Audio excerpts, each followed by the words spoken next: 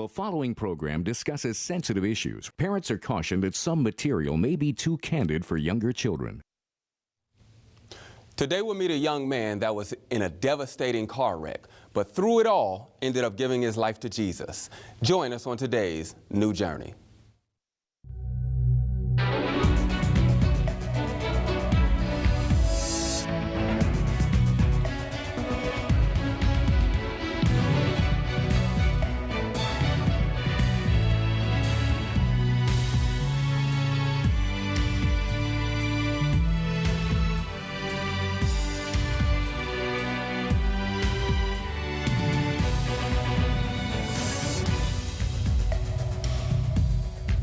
Welcome back to the New Journey. On today's program, we have with us J. Anthony Bulgin. J. Anthony Bulgin, thank you so much for being on the program. Good to be here. Good to be here. Right. For the record, you look like a young man. I hope so. I mean, for the record, how old are you and where are you from? I am 26 years old and I'm from Toronto, Canada. Okay. Okay. Yes. Now, what's it like growing up in Toronto, Canada? I've never been there, so you kind of fill me in. I mean, you definitely want to come there. It's a great place. It's very multicultural. So from any place in the world, people flock there. So you can find any nationality, any culture is in Toronto. Okay. And they have a lot of little sects of different communities of different cultures, and it's, I mean, a great place to be and just learn about different people. And I mean, you have to be able to understand and I guess relate to different people because, I mean, they're all around you. Okay, okay. Now, you grew up in a Seventh-day Adventist home. Talk about your early home life. Your father's a pastor. Give us some details on all that. Growing up in a Seventh-day Adventist home. My dad, yes, he was a pastor. My mom's a nurse. Now, they say pastors' kids are always the worst kids now. I mean, I'll raise my hand and testify. Okay. But, yeah, growing up, it was an interesting experience. I mean, I loved it. I mean, I was really involved. My parents were great. They really instilled in us, like, the values and I guess, just the model of what we needed to do as children growing up in an Adventist home, following God. They laid the baseline very well. And I mean, that is basically what kept me throughout my whole life, the foundation they set for me growing up in an Adventist home. I also had two sisters, so I mean, the thing is that we all had different experiences growing up. I mean, my older sister, she went through Adventist school throughout her whole life. I was the middle child who went through public system for most of it. It was only in my later years that I had the Adventist system experience. Okay. And it was just it was different experience growing up there and just getting involved in everything. Okay. Now, growing up as a Seventh-day Adventist, as I myself did as well, with both parents in the home, what eventually kind of led to the parties, to the drinking and various things like that? There's a point in, I guess, every experience where you have to make a choice for yourself. Okay. And I guess being in a home where a lot of times choices are made for you, you're only curious to know what's on the other side. I mean, you want to know what's on the other side of that wall or what's behind that door. Okay. And I asked the questions and I started walking the other way, just out of curiosity. And it wasn't anything that I knew I should do. I knew I should be doing it, but it was just that fire in you. I mean, you know, when you think about trials, or when you think about being tempted, you're only tempted by things that are fun or things that are good to you. Exactly. I mean, if it's not good to you, you're not going to be tempted by it. Because you're not going to want to do it. Not going to want to do it. So, I mean, I was tempted by the things that felt good, the things that looked good. Okay. And I mean, and I guess we'll have this whole shift where we feel that a lot of things that are in the church don't feel and look good. So it's kind of like backwards. So we go look at all these other things and feel that it's good to us and it makes us feel good, it makes us happy. Okay. But at the end of it all, it's temporary. Yeah, that is true. That is true. We sink back and we're like, man, we're missing something. We're missing something. Okay. And you know, that's so true because the Bible even talks about in Hebrews 11:35, where the pleasures of sin for a season, Moses choosing rather to suffer affliction with his people than enjoy the pleasures of sin for a season. And you can testify to the fact that, you know, sin is fun for a time, but eventually when the fun wears off, you know, what tends to happen? I mean, what tends to happen is you guys kind of recline into a space of, I guess it's like depression, darkness. And I mean, you just feel like there's something missing. Your soul is not at peace. Yeah, exactly. You don't have a feeling of peace in your mind, in your body, and you feel like you're just going through the motions, and you don't really feel fulfilled. You don't feel that you're living a life of purpose. Oh yeah, that is right. That's the feeling that I began to feel. I felt like I didn't fit in. I was doing things that, I mean, I knew should be fun, that I thought were fun, but it just wasn't giving me the same gratification that it used to give me. Okay. Now, in growing up in an Adventist home, I know for myself, I started to have a little resentment or a hate towards that, because it seems like it's kind of, you know, all your other friends, they're Christians, but they're in Baptist churches, various other churches, and it seems like they can have a little bit more freedom. Did you, growing up in an Adventist home, have that kind of resentment towards Adventism? For a long time I had, for a long time I was real bitter, because I'm an active person. I do a lot of sports, basketball, soccer, hockey. Growing up in Canada, hockey was great. I mean, and there was a lot of things I wanted to get involved in, but couldn't because of that Sabbath rule. Yeah, I understand. Sabbath rule. I mean, it sounds bad, but I mean, that's what it was. That's how we look at it when we're young. You know, we don't fully process exactly what it is from the Bible. We just know we're grown up. We go to church on Sabbath, and you can't do anything Friday night until Saturday night sunset. And it's like, man. It's like you're on the ball, just waiting. When can I? Sunset hits, you're gone. Yeah. Flying right into it. So exactly. I mean, it was interesting growing up. I mean, I would there's so many things I wanted to get involved in, like sports-wise, and I just couldn't because the Sabbath. And it made me kind of bitter because, I mean, I was good, and there'd be people calling for me to come play, people calling for me to be a part of certain teams, and couldn't be a part. My mom would answer the phone and say, yeah, Jason's not able to do this. Jason's not able to. Oh, we're glad you called, but Jason's not able to. And it was just like, I'd sit in the next room hearing on the phone and be like, wow, man. There's a lot of opportunities. But I'm grateful. I mean, there was, now that I look back, there were still doors that were open for me to enjoy all those things. And there were still avenues, I mean, through the church and outside of the church, where I was able to, I guess, get involved and be a part of all those things that I thought I was missing out on. Okay. Now, how do you think a young person today, in wanting to, you know, I want to play sports, I want to do this, but, you know, I have this Adventism thing over my head, the biblical Sabbath over my head. How can they possibly balance all of that out? You got to get to a point where you have to make a conscious decision to be consistent and faithful. Okay. It's not an easy decision. Yeah, that is true. Because, like we said, sin is fun, and then there's just regular things that, I mean, it's not sinful. It's something enjoyable. It's something good, and it's fun.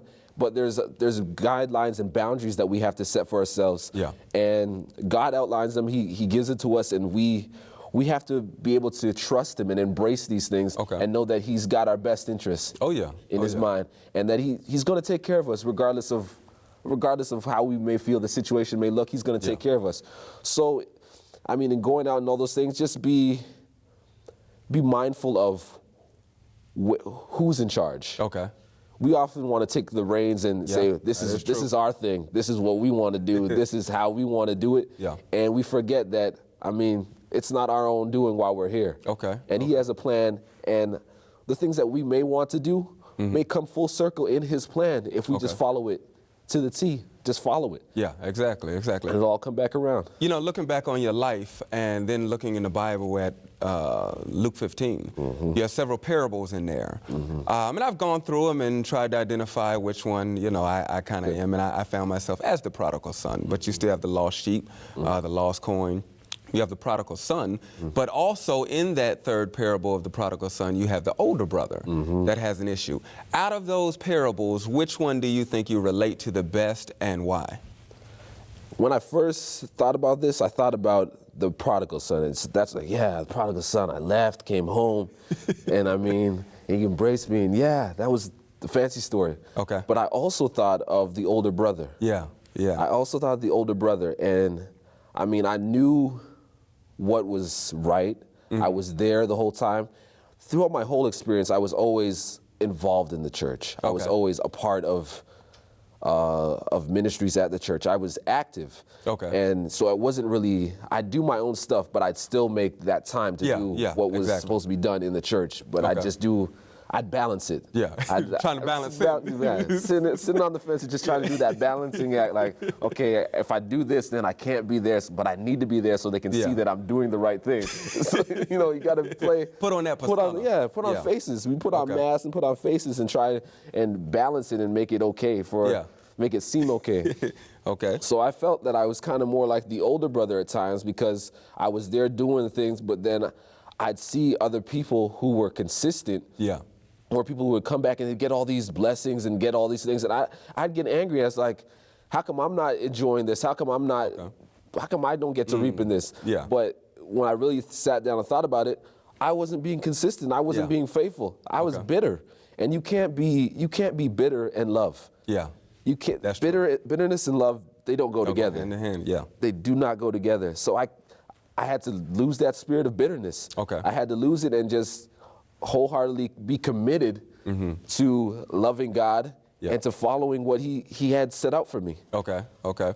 Now let's talk about your schooling years. You told me before that you kicked out of school and things like that. Give us some details of what was going on. I was that kid with the temper going through school. So I was a very, very smart child, very smart, did my work, diligent. I always finished my work, but then it came to that point where after the work is done, I'm going to distract somebody else, get into it, or, you know.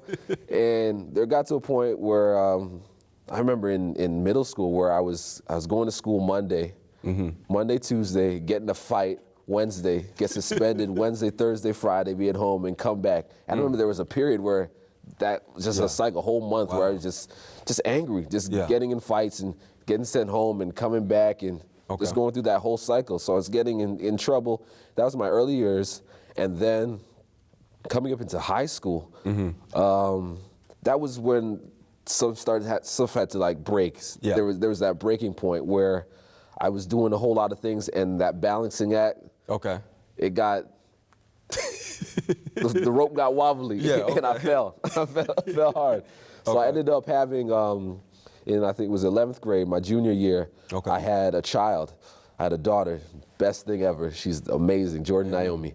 I had a child, but that kind of, because of who I was and whose I was, who I belonged to, I had to being a pastor's son. I had to. I guess I felt like I was set as an example of you do this and this is what will happen to you. That kind of thing. So I was kicked out of school. That's the years when I went to the Adventist school. I was kicked out of the Adventist school. And that basically put me a year off of my graduation. I was bitter about that. But one thing about it, I definitely chose to not let it get me down. I chose to, I guess, get back in that school in Conqueror. They kicked me out. It was like maybe twice they kicked me out. They said I could come back, and then they red tape and said, "Oh, we can't have you back," and I had to go back again. So it threw off my whole high schooling years, and I ended up having to do an extra year, not graduate with my friends, a new set of people. I had to go to different school. I went to a Catholic school, went to this continuing education, adult learning thing, just to get my credits together and finish. But even in that, it was a trial, but it was a learning experience, knowing that I can accomplish anything if I really want it. I'll go out and get it. And I mean, he gave me the support I needed. There was key people in my life at that time that gave me the support and wouldn't let me settle, wouldn't let me just give up and say, okay, this is what I did, and just wallow in the mess that I made. And a lot of us tend to wallow in the mess that we make, and we don't choose to move forward. And it's a choice.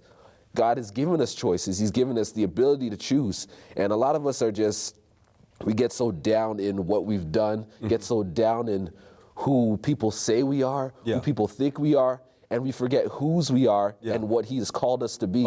And when we realize who we are and how much stock He has in us and the potential we have through His power, I mean, there's nothing we can't do. There's absolutely nothing we can't do. So once I started believing that, and Yeah. I mean, there's people around, there's always going to be some key people in your life who are going to push you forward or are going to get you over that hump. And they may not be there forever. Yeah, And that's the one thing true. I learned too. They may not be there forever, but Get they're to there to burning push them you through that. bridges. Yes. Oh, yeah, They're you're there to right. push you through a season. And I mean, once you get through that season, it's up to you to make that choice to continue on or just stay stuck at the end of that season. The time's going to keep going. Yeah. But it's your choice to do what you need to do and push forward. Oh, yeah. Now, when you got involved with the drinking and partying and things like that, what do you think was going through your parents' mind at that time when they started to, you know, they raised you up in a good Christian home, they started seeing you gravitating to these things. What do you think their feelings were? Boy, I didn't raise you to do this. I didn't call you. I didn't have you to do this.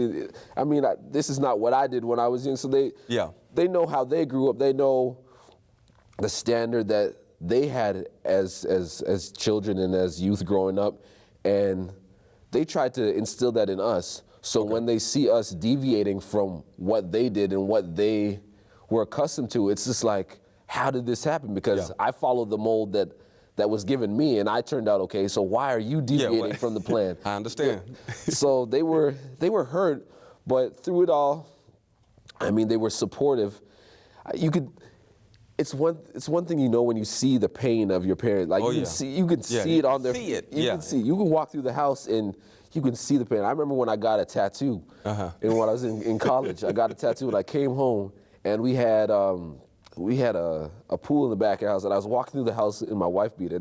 I was hiding it. I was hiding. I knew I had to wear t-shirts. One morning I just got up and I had on a wife beater. Yeah. And the look my dad gave me when he saw that. Boy, why'd you do that? No, he didn't even, no words. He was standing in the kitchen, there was a long hallway, and he just looked at me, and it was just like, all those words, all those thoughts, was just in that look. And I mean, that look of disappointment and look of, I mean, just disdain, it really plays on you. And those are the things that sit in your mind. And even though, I mean, there's those good things that sit in your mind with your parents, those experiences, but those feelings of disappointment that you give them, and those looks, and when you hear your mom crying, and those prayers, I mean, you'll wake up, you get home late at night, and you'll creep into your room, try not to make the floor creak. Yeah, I know. Walking around the corner, and you hear your mom in the room crying. She on the phone with her prayer partner crying, Jason, Jason, where's Jason? And I mean, it tears on your heart, and those are things that stick out in your mind. And I mean, they draw you back that someone could love you so much. I mean, even in your absence, they're pleading on your behalf. And I mean, Jesus came, left, and he's still pleading on our behalf. Just like that mother's love, that father's love, and he's still pleading on our behalf. So I know they felt they were disappointed, and they went through those feelings of disappointment. They were hurt, and all those things, but they loved me throughout. Oh yeah. You know, it's interesting. Like I say, some things in our background are similar.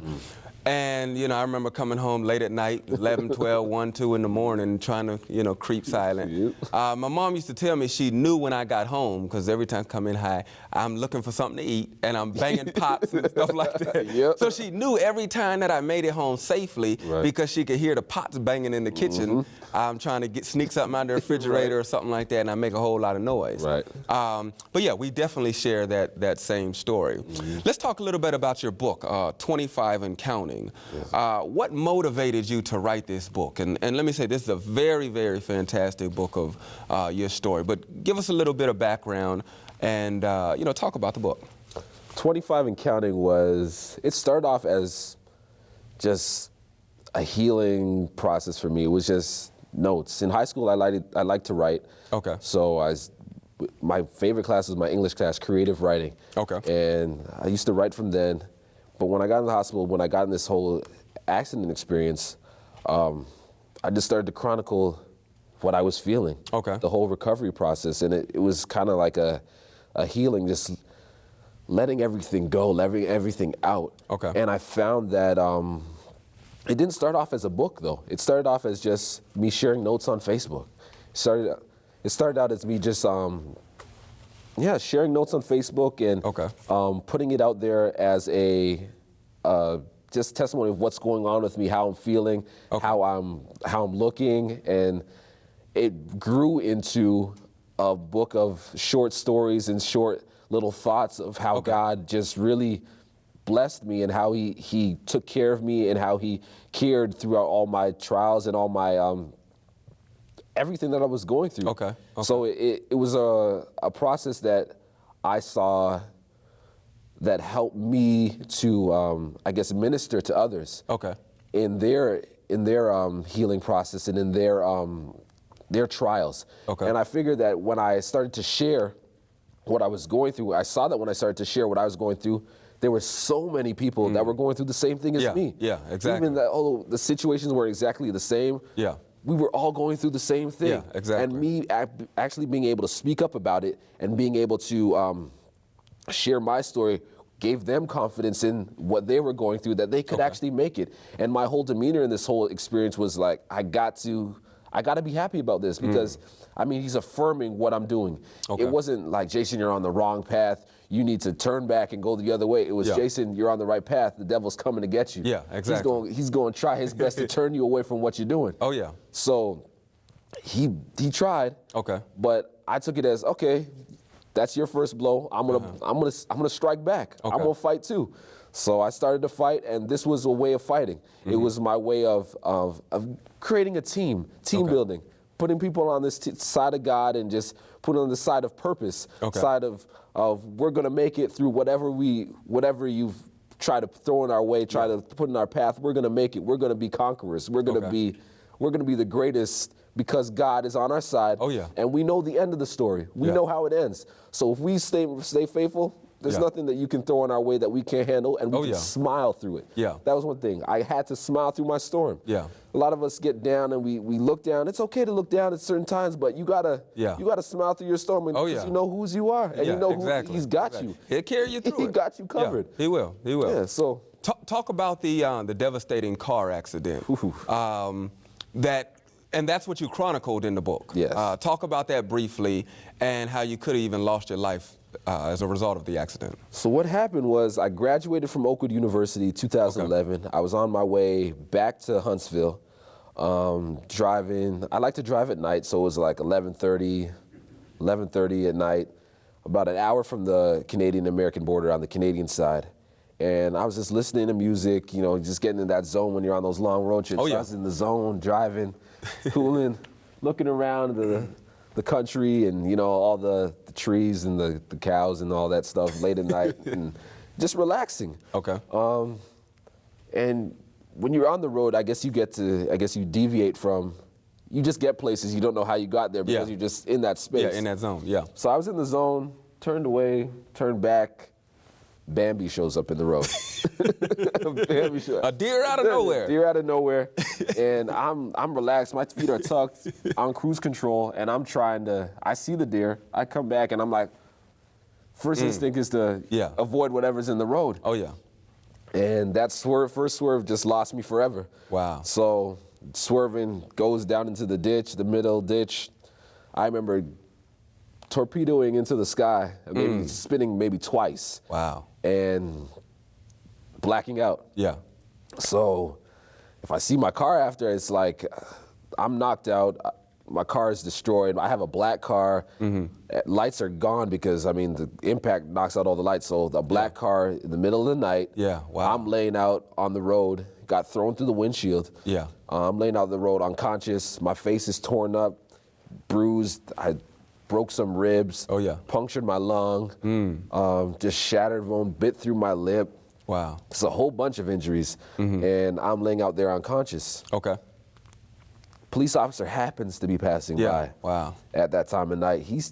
I remember faintly hearing while I was in the ambulance, he's like, I don't even know, or when we got to the hospital, he's like, I don't even know why I was there. I just happened to be there. Yeah, wow. Divine. Yeah, mercy of Simply God. Oh, divine. yeah. I only remember waking up in the ambulance to give my phone number, my parents' phone number, and I just knocked back out. Okay. God will give you strength to do the things that you need to do. Yeah, exactly. He's not going to overwork you. And I just thought, just think of it now. Like, he only gave me the strength. He woke me up to do what I needed to do. Yeah. And then he put me back to sleep, back to rest, back to heal. Okay. And I was able to call, they called my parents. My parents came, and they were like devastated. They were like, oh my mom's a nurse, and she came in. She was actually kind of relieved that I wasn't as bad as she thought. Because I mean, she used to work in trauma and see a lot of things. So she was expecting like tubes in my throat and stuff. But she was real calm. My dad, I mean, I'm the only boy, so this is it. This is the namesake. Yeah. So he took it tough, but I mean, through the whole process, it was amazing to see how God just came in and just worked everything out. Okay. They couldn't operate right away on my face because it was just so swollen. Okay. And my lip was out here, and just. And actually, in your book, you have pictures of how your face looked and everything like that, right? Yes, I have pictures in there. It was just. And one thing from that day, from day 2 in the hospital, I started to snap pictures, take pictures, and take video. Started talking, posting videos on Facebook, and just saying I'm okay, making jokes and laughing. Barely talk. I had a lisp, and my lip was just hanging, and I couldn't do anything. But it was just letting people know that, I mean, even in the worst situation, I can be happy. Yeah. Even when I think all the things are going wrong, I can be happy. Oh yeah. And be comfortable in who I am. And who God has made me to be. I mean, a lot of us have scars from different things. A lot of us have issues, and we feel that we're kind of blacklisted. We feel that we're set apart, and no one wants us. Yeah. It's not the case. Oh, yeah. God has a place for each and every one of us. He has a purpose for each and every one of us.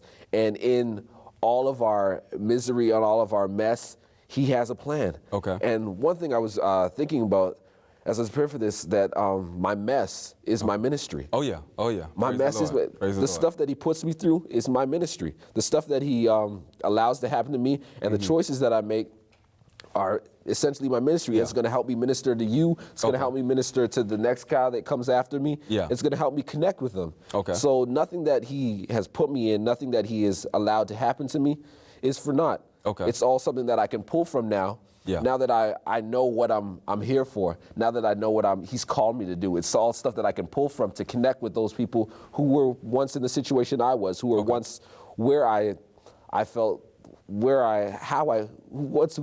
who once felt how I felt. Yeah.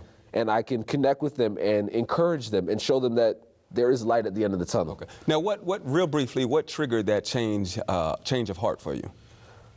Triggered the change of heart in terms of leaving the drinking alone, the partying alone, and giving it all to Jesus. It wasn't fulfilling. Okay. You go through life and you have that void, like we talked about earlier. There's just that void, and you're just not at peace. Okay. So I just wasn't at peace. So that what really triggered the change. Okay. Now what I want you to do, I want you real briefly talk about how people can get into contact with you. You're a musician, an artist. You do motivational speaking, and appeal to that youth in a few seconds that wants to experience the partying and the drugs and things. It's fun. It's fun, fine and dandy, and I mean, I'm not going to lie to you and tell you that you're not going to want to do it. But at the end of the day, you're going to be left feeling empty. And that feeling of emptiness can only be filled by one person, and that's Christ. And going through all that, it's not worth it. So those who have come before can use their testimony as something that you can pull from. I'm excited to share my testimony of life with you all.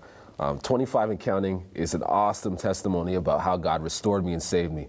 To get your copy or to just get in touch with me, you can visit me at www.janthonybulgin.com. That's janthonybulgin.com, and find all my information there. All right. Jason, we'd like to thank you for being on the program. It's my honor. Praise the Lord. Praise the Lord. Viewers, we encourage you to go to the website, purchase his book, and we also encourage you to tune in next time for an exciting program of The New Journey.